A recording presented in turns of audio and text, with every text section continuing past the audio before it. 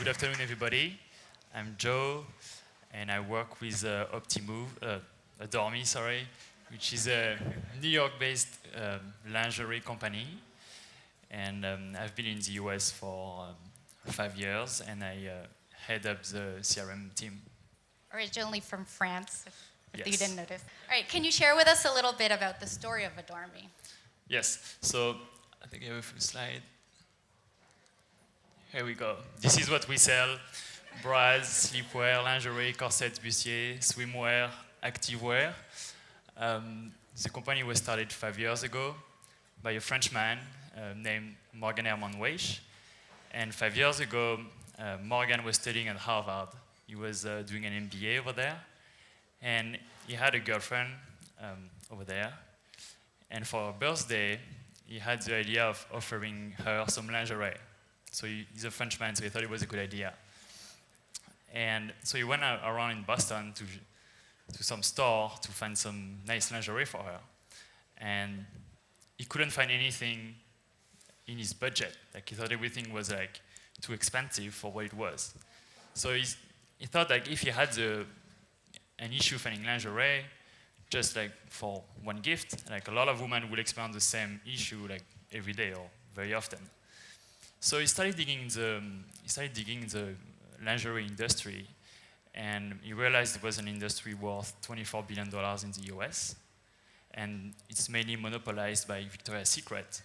That is very slow fashion, only like 3 and 4 collections per year, and the marketing is very targeted to skinny city girls, so it's very exclusive. So he thought he could do something better. And this is how Adore.me was started. He created a brand that is very inclusive. So we offer lingerie for everybody, from petite to plus. Fast fashion, we have one collection every month, and affordable. And you want to talk a little bit the revenue of the company and yeah, how it's grown? So it was like started 5 years ago, and last year we made $84 million of revenue, and we're still growing the same pace. Amazing. So, Joe, what were the main challenges that Adore.me was facing, which actually brought you to look for a marketing platform to begin with? Yeah, so in the early years of Adore.me, the whole marketing was focused on acquisition. So we were very good at delivering great products, and then the goal was growing the business. And growing the business was like acquiring a lot of new customers.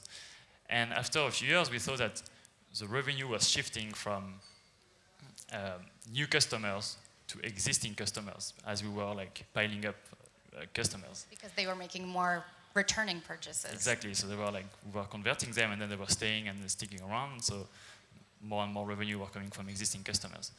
And at the time, we were not very good at engaging the existing customers. So we were looking for a new solution for that. And more specifically, we were looking for a solution that help us do more personalization, more automation, and multi-channel. Cool. And why did you choose Optimove as your marketing platform? So at Adore.me, we really like data, and this is one of the reasons why we grow so fast, because we really like dig into the data like every day with everything we do. And so we were looking for a software that is very big on data. And so we talked to a lot of companies, and we picked Optimove for a few reasons. And the main ones are: it's very easy to build target groups, and to be very in 3 clicks you can build target groups that are very, very targeted. It's very big on data, so it's very easy to find answers in the data after running campaigns. And because of that, it's very easy to take decisions quickly. And because we're a startup, we like to iterate quickly, so it was very, that's why we picked Optimove. And it also answered the request for automation and multi-channel functionalities. Right? Yes. If you already mentioned. Okay, so before Optimove, what did your marketing strategy look like? So how were you communicating with your customers? What types of campaigns were you sending? What channels of executions were you using? So before Optimove, it was the CRM was very, very basic.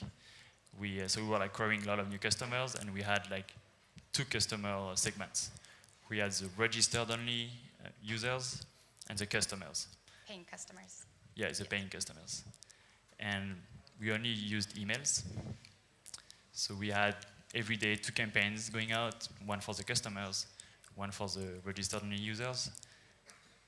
And it was like everybody was getting the same thing. Like it was like one size fits all strategy. And it was very manual. At the time, it was only me in the team. I don't know if you want to bring it back. I think we lost a little bit of attention. No? Okay. All right. Yes, it was very like a one size fits all strategy. Very manual. I was the only one in the team. I was doing everything from the planning to the brief to the design to the scheduling to the analysis, and it was taking my whole time. So it was not very efficient, and we could not test anything. So it was like just repeating the same thing over and over. So kind of putting out fires just to get those campaigns out every day and not even really even having a lot of time to strategize, right, about exactly. what type of campaigns, what type of personalization Correct. you want. My whole time was taken just executing campaigns. Right. And how did you achieve the migration from batch and blast to a more personalized approach to marketing once you did start with working with Optimove? Yeah, so when we started working with Optimove, we did a transition in steps, in different phases. First of all, we just replicated what we were doing before. We did the same thing in Optimove because we didn't want to change everything overnight because, I mean, it was very basic, but it was still bringing a good share of the revenue to the company, so we didn't want to put those revenue at risk. So we just replicated the campaign, put them in Optimove, and automated them. So that saved me time, and from there I started building on top of that. So I took, for example, the campaign for the existing customers, and I broke it down by lifecycle stage. So I have a different campaign for the new customers, I have a different campaign for the active customers, and a different campaign for the churn customers. So that was the first step. And then on top of that, I started building more targeted campaigns that are based on lifecycle events. For example, when you place your first order, you will receive an onboarding program with different messages. One of them can be, we know that, for example, that the customer with the app are better customers. So when you place your first order, we want you to download the app so that we can engage you better. Another example is we have a showroom in our office in New York City. So if you live in the area, if you live in New York, we send you an invitation for you to come to the showroom to try new products. Yeah. I've been there. It's worth going if you're there. They used to have it for mainly VIP, so it was really hard to get into, but now I think it's open to everyone, right? Yeah, it's open to everyone. You can set an appointment and be fitted by your designers. They have chocolates too, so you wear lingerie, you eat chocolates. I mean, can't get much better, right? Right. How are you communicating with your customers today? So today we have like approximately 70 campaigns running per week. We have 4 channels, which are emails, SMS, mobile push, and retargeting on Facebook that we control from Optimove, and everything is automated. So the way it works is either like on a given day, you're targeted by one of the very specific and targeted campaigns, and you get that one. And if on a given day you're not targeted by one of those campaigns, you will fall back in the daily newsletter, so that we make sure that, like, every day, if you want to get emails every day or messages every day, you get something. Right, so you're not losing out on that revenue which you're accustomed to seeing from those newsletters, but you're personalizing your campaigns. And are you seeing that the personalization is really bringing back the revenue that you were losing from your more kind of newsletter catch-all campaigns? Yeah, exactly. We think that personalized campaigns are like much better for the experience of the customer, so we prioritize higher those campaigns. Right. And we also, like, something that's very important, that with Optimove we can do many more tests. So we test everything. Sometimes we test models. That happens, but with Optimove we can test like target groups, offers, channels in between them. So it's very, very powerful. So you brought up channels when you're talking about multi-channel campaigns. Are most of your channel campaigns, for For example, one campaign that's sent via multiple channels, or do you kind of distribute your campaigns between the different channels? Each channel for one campaign? Yeah, so for us, at Adormi, we like to keep things separated so that we can measure better. So each campaign is one channel only, so that we can see the impact of all of the messages.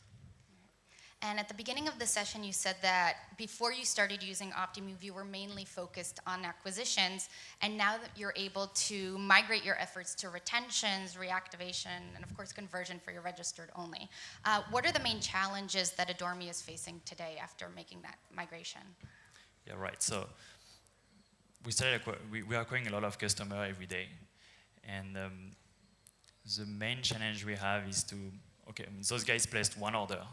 So now how do we make them stick around for a longer time? How do we make them place the second order? And so those are the one-timers that most of the e-commerce are dealing with here, right? How do we make them into repeating customers? Yes, a lot of e-commerce players face the same challenge. Yeah. And it's really like the $1 billion question here. So we think about it like every day.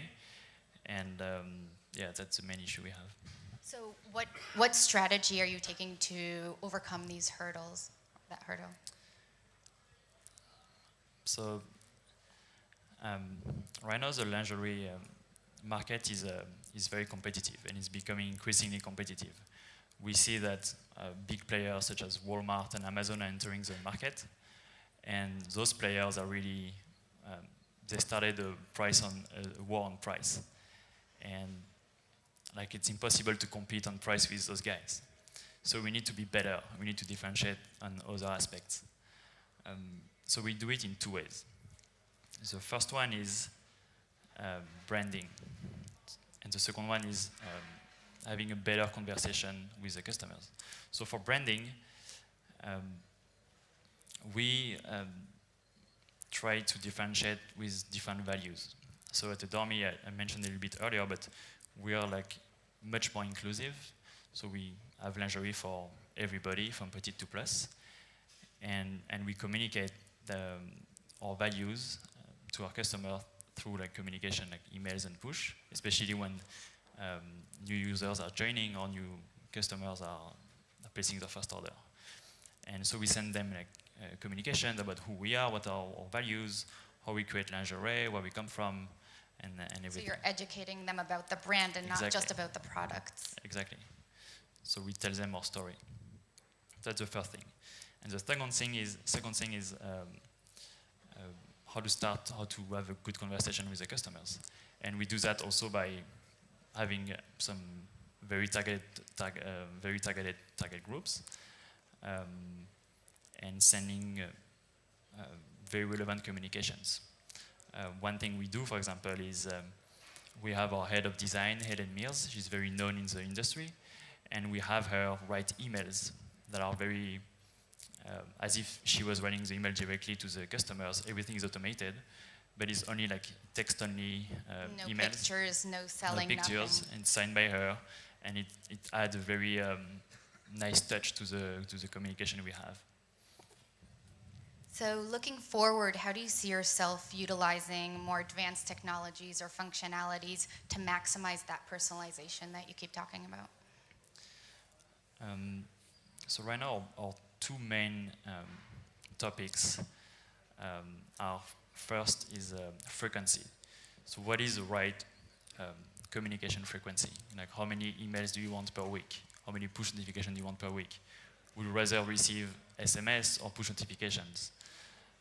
Some people want to receive everything. Some people want to receive only one message per week. That's interesting. So you're not only personalizing the messages to your customers, you're also personalizing the engagement or the type of channel that they're engaging with. Yes. So it's a lot of iteration and test. So we look at the engagement data. We look at how many emails everybody opens. And then from there, we set frequencies, do A/B tests, see what is the impact on traffic, what is the impact on revenues, and we iterate from there. So this is the first big topic, frequencies. The second big topic is real-time messaging. So right now we're setting up the real-time product of Optimove. And I think it's gonna be big because right now all of our Maybe we'll just stop for a second and the real-time functionality. If you want to just give like a short explanation of real-time. what you're doing. The real-time functionality. So originally, like the way our site is set up is that our Optimove site is updated daily. So you have to wait the daily sync to send campaigns. But now we want to be able to send communication in real time, meaning like Based on activity. Based on activity, Real meaning time. like you visit that page and you click on that button and boom, you get an email like 10 seconds later. Or you place an order and you can send the invoice email via Optimove. So right now, all of those real-time communication and transactionals, they're sent via a third party that is not Optimove. And the thing is, it's just like sent there, but we have no way of testing or having some good report tracking.